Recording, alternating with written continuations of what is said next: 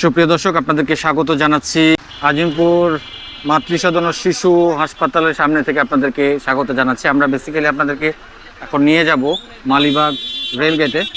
আপনাদেরকে ঢাকা শহরের অনেকগুলো রুটে আমরা দেখিয়েছি, বাট এবারে প্রথমবারের মতো আপনাদেরকে এই আজিমপুরের দিকটা দেখাচ্ছি এবং মালিবাগের এই অংশটাতে আমরা অনেক সময় যাই না। সো নতুন একটা রাস্তায় আপনাদের আসলে একটু দেখাবো অনেকদিন পর। বাম পাশে যে বিল্ডিংগুলো দেখছেন এগুলো সুউচ্চ বিল্ডিং এবং এগুলো সবগুলো হচ্ছে সরকারি কর্মকর্তা কর্মচারীদের আবাসন প্রকল্প এবং দূর থেকে দেখতে বেশ ভালোই লাগে। আপনাদেরকে আমরা ড্রোনের মাধ্যমেও দেখাচ্ছি। আপনারা দেখতে পারবেন যে বেশ কিছু দৃষ্টিনন্দন কোয়ার্টার আছে এই আজিমপুরে এই জায়গাটিতে। ঢাকা বিশ্ববিদ্যালয় হয়ে আমরা মালিবাগের দিকে যাব। আমরা সিগন্যালে পড়ে গেছি আজিমপুরে এই জায়গায়। সরকারি কর্মকর্তা কর্মচারীদের যে আবাসন প্রকল্প রয়েছে তার 2 নম্বর গেট এই জায়গাটিতে।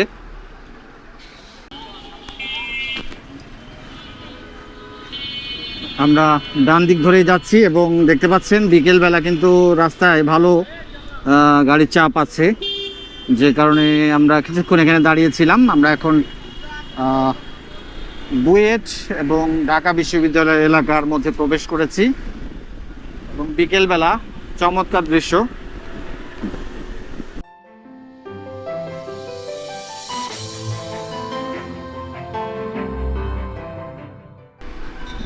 প্রিয় দর্শক, আপনারা যারা এই ভিডিওটি দেখছেন দেশে এবং দেশের বাইরে থেকে সবাইকে ধন্যবাদ, কৃতজ্ঞতা জানাচ্ছি। আমরা দেখতে পাচ্ছি পলাশী মোড়। এই পলাশী মোড়ে একটি নতুন মনুমেন্ট তৈরি করা হয়েছে, শহীদ আবরার মনুমেন্ট সম্ভবত এটি।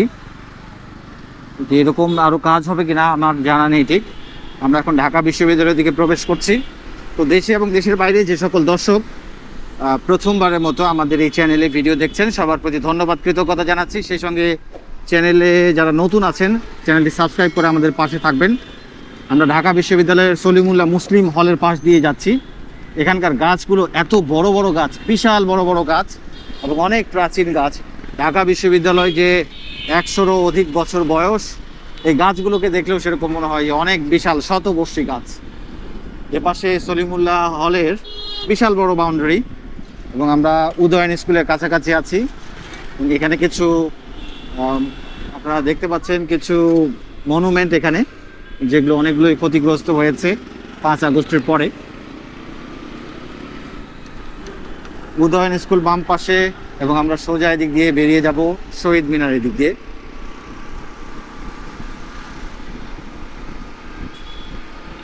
ঢাকা বিশ্ববিদ্যালয়ের মধ্যে দিয়ে যানবাহন চলাচল করা যায় এবং রাস্তাগুলো বেশ প্রশস্ত। ডান পাশে engineering university school and college, অর্থাৎ বুয়েটের এই স্কুল অ্যান্ড কলেজ এটি। দুপাশে ঢাকা বিশ্ববিদ্যালয়ের আবাসিক এলাকা।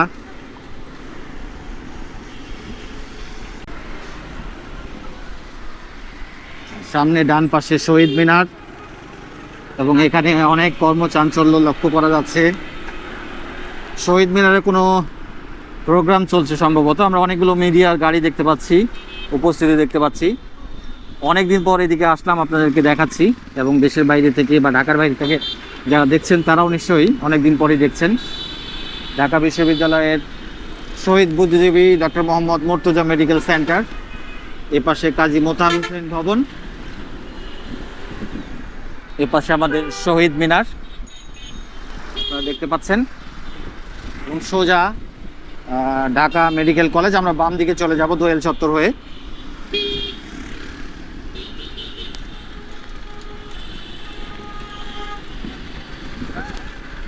গণিত ভবন, এফ মুজিবুর রহমান ঢাকা বিশ্ববিদ্যালয় এবং শারীরিক শিক্ষা কেন্দ্র ঢাকা বিশ্ববিদ্যালয়। এখানে স্টেডিয়াম এবং অনেক কিছু আছে, সুইমিং পুল। পাশে ঢাকা বিশ্ববিদ্যালয়ের চমৎকার চমৎকার কয়েকটি ভবন। সামনে আপনারা দেখতে পাবেন দোয়েল চত্বর এবং দোয়েল চত্বরের মাথার উপরে ঢাকার সবচেয়ে জনপ্রিয় গণপরিবহন ব্যবস্থা মেট্রোর লাইন। আমরা দোয়েল চত্বর মোড়ে চলে এসেছি। এখানে বাম দিক চলে গেছে পুরান ঢাকার দিকে ডান দিকে, বাম দিকে ঢাকা বিশ্ববিদ্যালয়ের টিএসসি। আমরা সোজা যাব হাইকোর্ট এবং শিক্ষা ভবনের দিকে আমরা যাব, এবং রাস্তাগুলোতে বেশ যানজট লক্ষ্য করা যাচ্ছে। বিকেলবেলা অফিস টাইম শেষে আমরা ভালোই যানজট লক্ষ্য করছি। ঢাকা বিশ্ববিদ্যালয়ের এই জায়গাটিতে বেশ কিছু হ্যান্ডিক্রাফটের দোকান রয়েছে, যেগুলো মেট্রো রেলের কাজ চলার সময় আমরা দোকানগুলো কিছুটা কম দেখেছিলাম, বাট এখন আবার আগের মতো এখানে বেশ কিছু দোকান দেখছি। ডান পাশে ঢাকা বিশ্ববিদ্যালয়ের সবচেয়ে দৃষ্টিনন্দন ভবন কার্জন হল।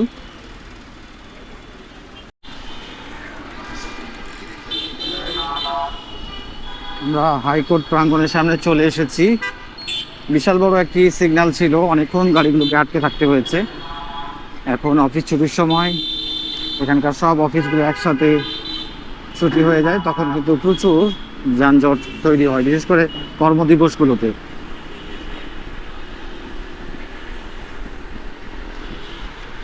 জাতীয় ঈদগাহ পাশ দিয়ে আমরা যাচ্ছি। মেট্রো রেল ডান পাশে সিদ্ধার্থ ভবন, প্রেস ক্লাব, এখানে কদম ফোয়ারা, সুন্দরভাবে কদম ফোয়ারাটাকে সাজানো হয়েছে, ফুল ফোয়ারা। ডিভাইডারগুলো বেশ ভালো।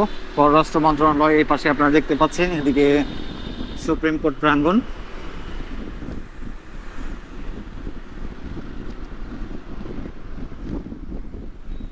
আমরা মৎস্য ভবনের কাছাকাছি চলে এসেছি এবং যথারীতি সিগন্যাল, আবারও বিশাল বড় সিগন্যাল, অনেক গাড়ি জটলা।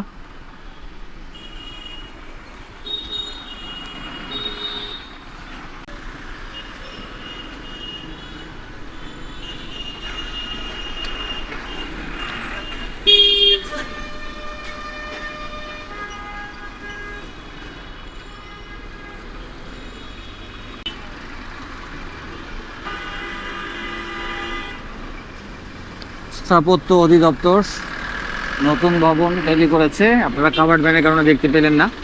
আমরা মৎস্য ভবনের এখানে চলে এসেছি। মৎস্য ভবনের বিল্ডিংয়ের কালারটি এখন কিন্তু সাদা নীল রং করা হয়েছে, আগে যেমন সাদা লাল রং ছিল। বাম পাশে শাহবাগ, ডান পাশে শিল্পকলা একাডেমি, সোজা এদিক দিয়ে কাকরাইলের দিকে চলে গেছে। আমরা এখনো সিগন্যালে আছি এবং ঢাকা শহরে কয়েকদিনের জন্য মেহমান হিসেবে এই আর্টিফিশিয়াল ইন্টেলিজেন্স ক্যামেরাগুলো এসেছিল, সেগুলো আবার বিলীন হয়ে যেতে শুরু করেছে। রাস্তায় বেশ কিছু ডিসিপ্লিন আমরা লক্ষ্য করেছি, তবে এখন কিন্তু সেগুলো আবার আগের অবস্থায় যাচ্ছে, ম্যানুয়ালি হ্যান্ডেল করা হচ্ছে। কয়েকদিন আপনারা লক্ষ্য করেছিলেন যে যখন এই এআই ক্যামেরাগুলোতে মামলা পরিচালনা করা হচ্ছিল, তখন গাড়িগুলো ঠিক জেব্রা ক্রসিংয়ের উপরেও দাঁড়াতো না, জাস্ট জেব্রা ক্রসিং থেকে দূরে দাঁড়াতো, পথচারীদের যাওয়ার জন্য স্পেস দিয়েছিল। বাট আবারও শিথিলতা তৈরি হয়েছে, যে কয়েকটি পয়েন্টে এই আর্টিফিশিয়াল ইন্টেলিজেন্স ক্যামেরাগুলো বসানো হয়েছে।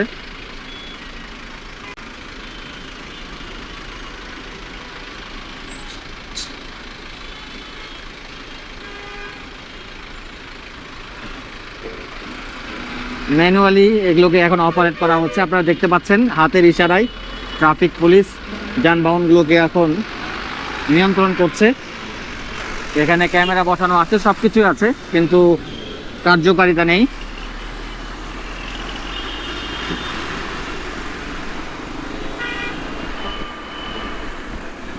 এই রাস্তাটা পুরা গাড়িতে ভরে আছে এবং দেখতে পাচ্ছেন যে অফিস ছুটি শেষে ঢাকা শহর অচল হয়ে যায়, বিশেষ করে এই সচিবালয়ের আশপাশের এলাকাগুলো।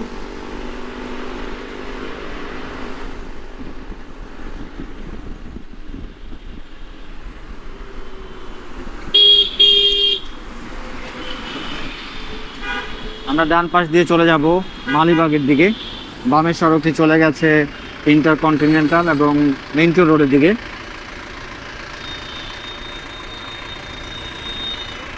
এখানেও ক্যামেরা দেখা যাচ্ছে।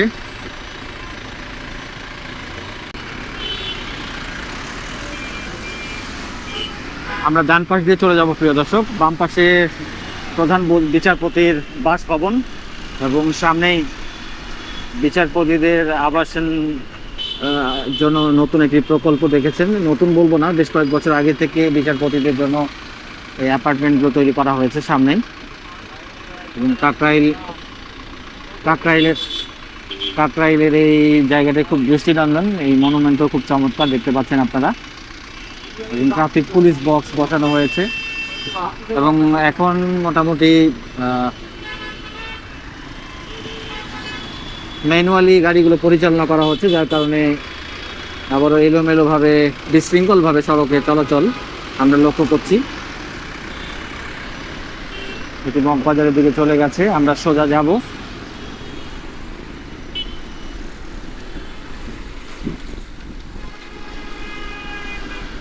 আইডিবি ভবন ডান পাশে এবং বিচারপতিদের যে আবাসন কমপ্লেক্স সেটি এটা কাকরাইল এই জায়গায় দেখতে পাচ্ছেন। অডিট ভবন এবং বেশ কিছু ভবন সুন্দর সুন্দর আছে। যথারীতি যানজট, আবারও আমরা গলির রাস্তা ধরে আমরা এখন যাবো বেসিক্যালি। শুক্র শনিবার ছাড়া কর্মদিবসগুলোতে পিক আওয়ারে, বিশেষ করে সকাল 8টা থেকে 11টা পর্যন্ত এবং বিকেল 3টা থেকে সন্ধ্যা 7টা 8টা পর্যন্ত মূল সড়কগুলোতে এভাবেই যানজট আমরা সবসময় লক্ষ্য করে থাকি।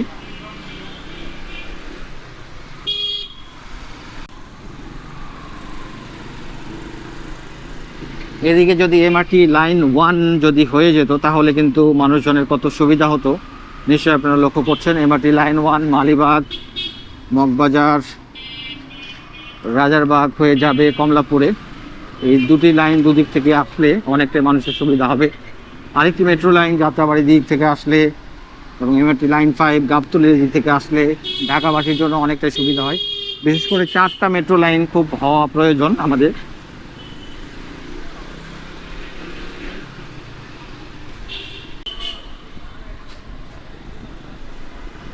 আমরা কাকরাইলে চলে এসেছি, কাকরাইলে মেইন রোডে। আমরা সিগন্যালটা জাস্ট আমরা ক্রস করে এদিকে চলে এসেছি একটা শর্টকাট রাস্তা নিয়ে, এবং অনেক দিন পর আপনাদেরকে এই রোডে নিয়ে আসলাম। দুপাশে অনেকগুলো বড় বড় ভবন এবং বেশ কিছু স্থাপনা রয়েছে এবং মালিবাগ যে ফ্লাইওভারটি, সেই ফ্লাইওভারে একটি র্যাম্পও এখানে এসে নেমেছে।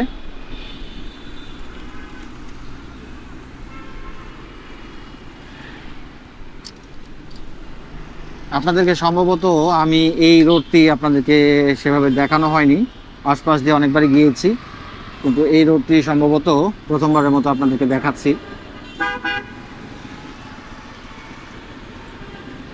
এখানে হাবিবুল্লাহ বাহার ইউনিভার্সিটি কলেজ নামকরা একটি শিক্ষা প্রতিষ্ঠান এই এলাকার।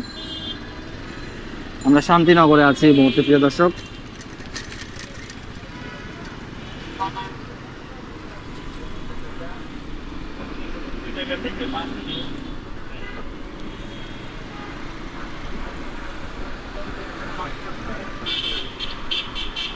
ফ্লাইওভারের নিচের চিত্র আপনারা দেখতে পাচ্ছেন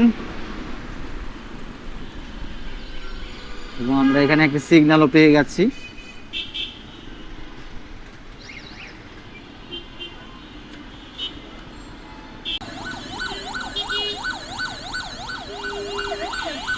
এই রোডটি চলে গেছে রাজারবাগের দিকে, আপনারা দেখতে পাচ্ছেন, এবং এটি বেইলি রোড থেকে এসেছে মিন্টু রোড হয়ে। আমরা সিগন্যালে দাঁড়িয়ে আছি, প্রিয় দর্শক।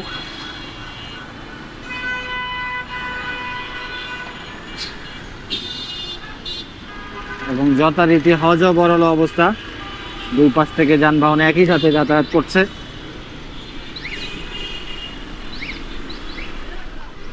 মালিবাগ ফ্লাইওভারের উপর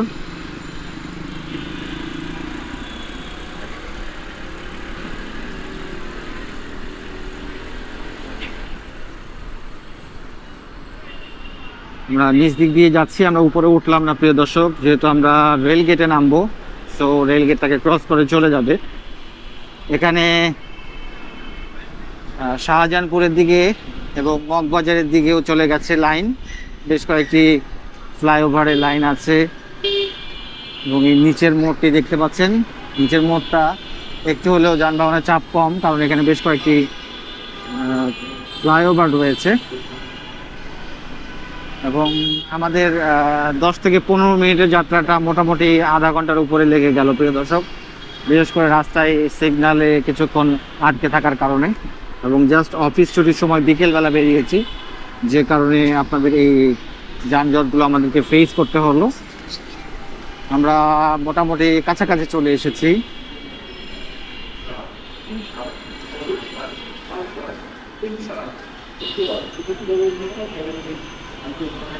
আমরা ডান পাশে চলে যাব এবং বাম পাশে মগবাজারের দিকে চলে গেছে ফ্লাইওভারটি। সামনেই Fortune shopping mall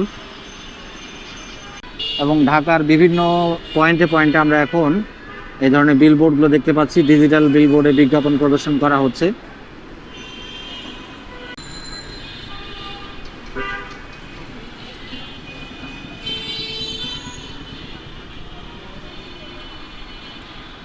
Fortune shopping মলের পাশ দিয়ে যাচ্ছি আমরা, এবং এখন যেহেতু বিকেলবেলা, যে কারণে কিন্তু রাস্তায় লম্বা লম্বা গাড়ির সারি।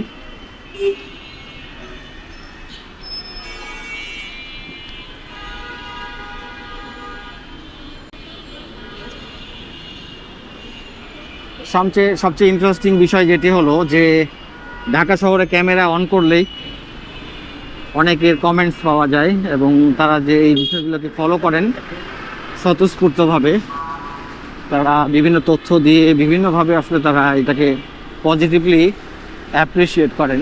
আমরা পথে চলতে চলতে অনেকের এই ধরনের রেসপন্সগুলো লক্ষ্য করে থাকি। এখন আমরা একেবারে মালিবাগ রেলগেটের কাছাকাছি চলে এসেছি। আমাদের আজিমপুর থেকে এ পর্যন্ত যাত্রাটি প্রায় শেষের পথে।